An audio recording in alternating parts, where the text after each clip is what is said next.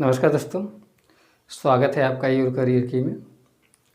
हम लोग शब्द विचार के अंतर्गत लक्षणा शब्द शक्ति पढ़ रहे हैं। आयुधा शब्द शक्ति पिछले वीडियो में हम लोग पढ़ रहे थे, उसको पढ़ चुके हैं। आज जो है लक्षणा शब्द शक्ति पढ़ेंगे। आइए देखते हैं हम लक्षणा शब्द शक्ति की पहले परिभाषा। परिभाषा है लक्षण द्वारा बोले गए शब्द के वाच्यार्थ या मुख्यार्थ को बाधित करे। वाच्यार्थ मतलब जो वाक्य कहा जाता है उसी रूप में समझना क्या है, वाच्यार्थ होता है या संकेतार्थ होता है, जिसे अभिधा कहा जाता है। यहाँ क्या कह रहा है, लक्षण द्वारा बोले गए शब्द के वाच्यार्थ या मुख्यार्थ को बाधित करे। बाधित कर मतलब रोके, अर्थात स्वीकार न कर, किसी अन्य अर्थ को ग्रहण करे। वाच्यार्थ को न समझे बल्कि कोई तीसरा अर्थ लाए तो हमारा क्या हो जाता है, लक्षणा शक्ति होती है। और लक्ष्यार्थ का बोध कराती है, इसलिए क्या हो जाता है, लक्षणा शब्द शक्ति किसे कहते हैं। एक बार फिर देखते हैं परिभाषा। लक्षण द्वारा बोले गए शब्द के वाच्यार्थ या मुख्यार्थ को बाधित करे, अर्थात स्वीकार न कर किसी अन्य अर्थ को ग्रहण किया जाता है, तब उसे लक्षणा शक्ति कहते हैं। और लक्ष्यार्थ का बोध कराने वाली शक्ति को लक्षणा शब्द शक्ति कहते हैं। जैसे हम देखते हैं राम चौकन्ना हो गया। इसका हम सीधे अगर अर्थ लेते हैं तो राम क्या है, चौकन्ना मतलब चार कानों वाला हो गया। मुख्यार्थ इसका क्या है, मुख्य अर्थ क्या है, चौकन्ना मतलब चार कान वाला। ऐसा तो है नहीं, राम के पास चार कान है, ऐसा तो हो नहीं सकता। लेकिन इसका लक्ष्यार्थ क्या है, लक्षण क्या कहा जा रहा है, चार कानों नहीं कहा जा रहा है, बल्कि इसको यह कहा जा रहा है चौकन्ना मतलब सतर्क हो गया। राम क्या हो गया, सतर्क हो गया, तो हमारा क्या हो गया, लक्षणा हो गया। अगर यहाँ चार कानों वाला अर्थ लिया जाए तो हमारा क्या हो जाता है, अभिधा के अंतर्गत आ जाता है। लेकिन यहाँ लक्षण के आधार पर मुख्यार्थ को छोड़कर, संकेतार्थ को छोड़कर जब दूसरा अर्थ लिया जाता है तो वहाँ क्या हो जाता है, लक्षणा शब्द शक्ति होती है।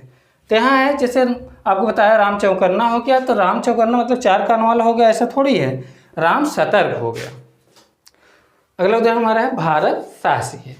तो भारत साहसी से तात्पर्य है कि भारत, अगर मुख्यार्थ का अर्थ हम लेते हैं, अभिधार्थ अर्थ लेते हैं, तो क्या होता है, भारत देश मतलब भारत देश है, तो भारत देश साहसी है, ऐसा तो है नहीं। भारत जो कि निर्जीव प्राणी है, ऋण शब्द है, तो ऐसा नहीं देश हो सकता है।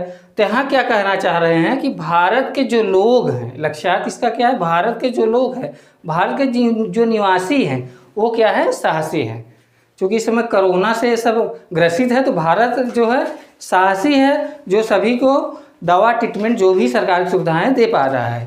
तो यहाँ देखिए, जैसे भारत साहसी से तात्पर्य हमारा क्या है, भारत के लोग या भारत के निवासी क्या है, साहसी हैं। तो आइए इसके हम भेद देखते हैं। इसके मुख्य रूप से जो है भेद जो है दो हैं। उसके पहले हम आपको बता दें, जैसे लक्ष्यार्थ में क्या होता है, तीन बातों का ध्यान देना बहुत जरूरी होता है। पहला बात क्या होता है, शब्द के मुख्य अर्थ में बाधा हो। जैसे आपको बताया यहाँ हम राम चौकन्ना है, तो सीधे राम चार कान वाला है, ऐसा तो हो नहीं सकता। सुरेश गधा है, तो सुरेश गधा तो है नहीं, गधा का मतलब कि लक्षण व्यक्त किया जा रहा है, यानी मुख्यार्थ में मुख्य जो अर्थ है उसमें क्या हो, बाधा हो। पहली बात ये होनी चाहिए। दूसरी बात ये होनी चाहिए कि इसमें कोई तीसरा अन्य अर्थ लिया जाए, तीसरा अर्थ लिया जाए। जैसे आपको बता दें, राम गधा है कहा जाए, या सुरेश जो है शेर है, तो शेर कहा जाए, तो शेर क्या है, सुरेश तो शेर हो नहीं सकता। मुख्य अर्थ हमारा यही होता है, सुरेश शेर है। लेकिन शेर जो है एक लक्षण बताया जा रहा है, कोई तीसरा अर्थ बताया जा रहा है कि बहादुर है, तो वहाँ क्या होगा, लक्षण होगा। तीसरी बात यह होनी चाहिए, इसमें उस शब्द में ग्रहण करने के ऋण या प्रयोजन हो। तो ऋण या प्रयोजन मतलब कोई ऋण के आधार पर, ऋण मतलब या तो जो हमारे मुहावरे उस आधार पर, या कोई प्रयोजन, कोई हेतु हो, कोई कारण हो, उस आधार पर जो विभाजित किया जाता है, यह इसमें लक्षण शब्द शक्ति में होता है। तो आइए देखते हैं इसके भेद। इसके मुख्य रूप से दो भेद हैं। इसको काव्य प्रकाश मम्मट ने काव्य प्रकाश में अपने इसको 6 भेद माने हैं। लक्षणा शब्द शक्ति के मम्मट ने 6 भेद माने हैं, और विश्वनाथ ने इसके 80 भेद ही माने हैं। लेकिन काव्य प्रकाश में जो मम्मट माने हैं 6 भेद, उसको भी पॉपुलर नहीं माना जाता। मुख्य रूप से 2 की चर्चा होती है, वही 2 आपको बता रहे हैं। भेद इसके 2 हैं, ऋण, दूसरा है प्रयोजनवती।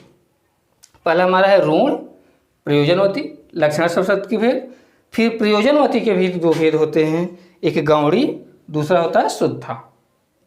एक गौड़ी होता है, दूसरा शुद्धा होता है। फिर शुद्धा के भी दो भेद होते हैं, उपादान लक्षणा और लक्षण लक्षणा। एक बार फिर हम देखते हैं इसके भेद। मुख्य रूप से जो प्रचलित हैं वो है पहला रूढ़, दूसरा प्रयोजनवती। प्रयोजनवती के दो भेद, गौड़ी और शुद्धा। शुद्धा के दो भेद होते हैं, उपादान लक्षणा और लक्षण लक्षणा। तो आइए हम देखते हैं रूढ़ शब्द। रूढ़ या रूढ़ा भी इसे कहा जाता है, रूढ़ या रूढ़ा लक्षणा शब्द शक्ति, रूढ़ या रूढ़ा लक्षणा शब्द शक्ति। उसी तरह प्रयोजनवती या प्रयोजनवती लक्षण लक्षणा। तो रूढ़ हम देखते हैं, इसमें होता है जहाँ प्रचलन के आधार पर अन्य अर्थ ग्रहण किया जाए। प्रचलन जो हमारे जो प्रचलित है उसके आधार पर अन्य अर्थ ग्रहण किया जाए, वहाँ क्या होता है रूढ़ या रूढ़ा लक्षणा। जैसे नरेश की सरेआम पगड़ी उछल गई, तो नरेश की सरेआम पगड़ी उछल गई, तो नरेश जो है उसके सरेआम पगड़ी उछल गई, ये मुहावरा है।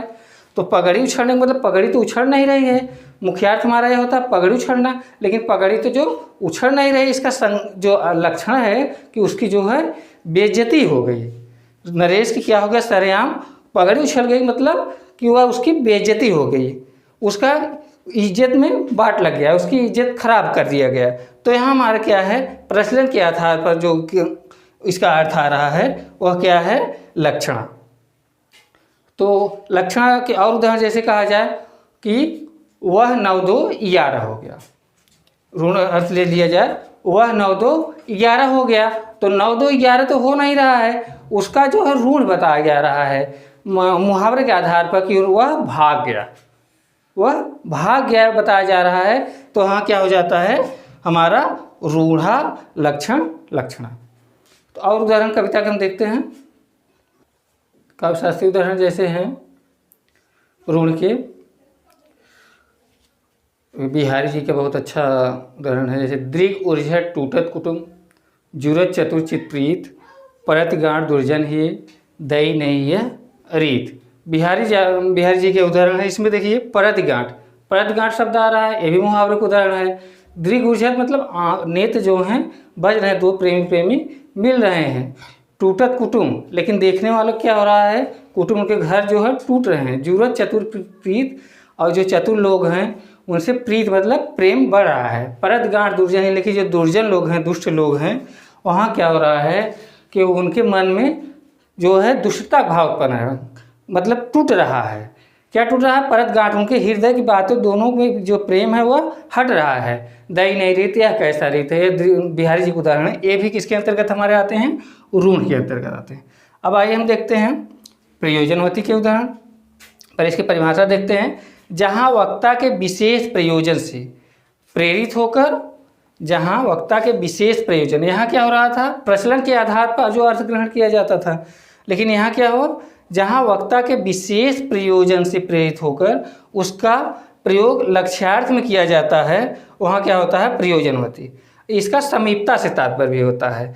और इसका जो है उपमा और रूपक के जो उदाहरण होते हैं अलंकार के, वो भी जो है प्रयोजनवती के अंतर्गत आते हैं। जैसे यहाँ है मोहन का मन पत्थर है, मोहन का मन पत्थर है, तो मन तो किसी का पत्थर हो नहीं सकता, लेकिन यहाँ समीपता के आधार पर, या ऐसे हम कह सकते हैं मोहन का जो हृदय है वह क्या है, कठोर है।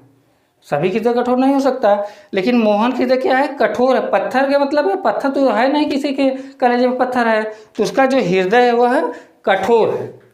दूसरा उदाहरण देखते हैं हम, जैसे काव्य शास्त्रीय उदाहरण है, बनन में बागन में बगरो बसंत है। तो वन और बाग में जो है चारों तरफ क्या है, बसंत है। बसंत है मतलब चारों तरफ बसंत थोड़ी है, खुशी का माहौल है, प्रसन्नचित्त का माहौल है। वहाँ क्या है, बनन में बागन में बगरो बसंत है, उदाहरण हो सकते हैं हमारा किसके अंतर्गत आए, प्रयोजनवती की। दूसरा उदाहरण जैसे हम देखते हैं, सिंधु सेज पर धरा बधू सी, अब तनिक समुचित बैठी सी। ये भी जो है उपमा का उदाहरण है, और जो है कामायनी का है, जयशंकर प्रसाद की रचनाओं का है। तो यह भी किसके अंतर्गत हमारा आ जाता है, प्रयोजनवती के अंतर्गत आता है। इस तरह से हम इसको रूढ़ देखें, प्रयोजनवती देखें। अब अगले वीडियो में हम लोग फिर देखते हैं गौड़ी और शुद्धा का बारे में। अगले वीडियो में आप लोगों को समझाएंगे। उम्मीद है आप लोगों को अच्छा लगा होगा। वीडियो कुछ लंबा हो जा रहा है, इसलिए हम सोच रहे हैं दूसरे पार्ट में आप लोगों को पढ़ाएं। तो वीडियो को हमारा लाइक करें, शेयर करें, सब्सक्राइब करें। नमस्कार।